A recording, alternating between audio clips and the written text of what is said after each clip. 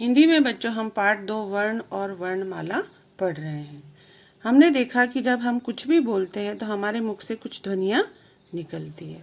जैसे ब त ख, ब त अ का स्वर हमें सुनाई पीछे दे रहा है। जैसे गमला, गमला शब्द की ध्वनि क्या है? ग, म और ला, ल के साथ आ का स्वर हमें सुनाई दे रहा है।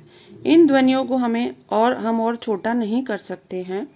ध्वनियों के लिखे जाने वाले रूप वर्ण या अक्षर कहलाते हैं। इनको वर्ण या अक्षर कहते हैं। ये आप लोग नर्सरी केजी में पढ़ चुके हैं। इन्हीं से हम शब्द बनाते हैं और इन्हीं शब्दों को मिलकर वाक्य बनते हैं।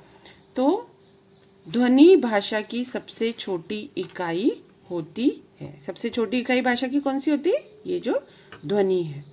इन्हीं से मिलकर शब्द बनते हैं और शब्दों से वाक्य बनते हैं। आज हम जानेंगे वर्णमाला। वर्णों के एक निश्चित क्रम को वर्णमाला कहते हैं। जब फूल अलग अलग होते हैं तो वे केवल फूल होते हैं, लेकिन जब हम उन्हीं फूलों को एक धागे में पिरो देते हैं तो वही फूल माला के रूप में बदल जाते हैं। ठीक इसी तरह वर्णों को एक क्रम में लगा देने से वे वर्णमाला बन जाते हैं। जैसे फूल एक साथ पिरो देने से माला बन जाते ना, तो उसी वर्णों को अगर हम एक क्रम में लिख दे तो वो वर्णमाला बन जाती है। ये वर्णमाला हमने सैटरडे को लिखी थी। ये देखिए, वर्ण के प्रकार 2 तरह के होते हैं, स्वर वर्ण, स्वर और व्यंजन।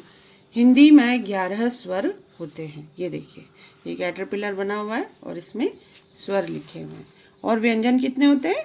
33। ये भी हमने आप सब लोगों ने, बच्चों ने कॉपी में लिख के मुझे फोटो सेंड किए थे। चलिए, अब इसके अलावा भी कुछ हिंदी में वर्ण होते हैं। उनको कहते हैं संयुक्त व्यंजन।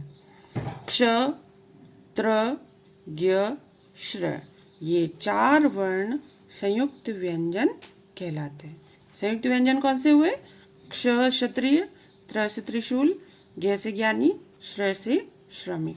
ये संयुक्त व्यंजन कहलाते हैं। फिर ड, ढ, इन वर्णों से किसी भी शब्द की शुरुआत नहीं होती है। जैसे सड़क, पढ़ना आदि। इन वर्णों से किसी भी शब्द की शुरुआत नहीं होती है। जैसे सड़क, पढ़ना आदि। और अन और अह जो हम लिखते हैं स्वरों के साथ, ये अयोगवाह कहलाते हैं। ठीक है, तो आज आपको पढ़ना है इस पाठ को। स्वर व्यंजन हम लिख चुके हैं, फिर हम इसके प्रश्न उत्तर करेंगे। तो आज हम पढ़ लेते हैं। आओ पाठ दोहराएं। कुछ भी बोलते समय मुंह से ध्वनियां निकलती हैं।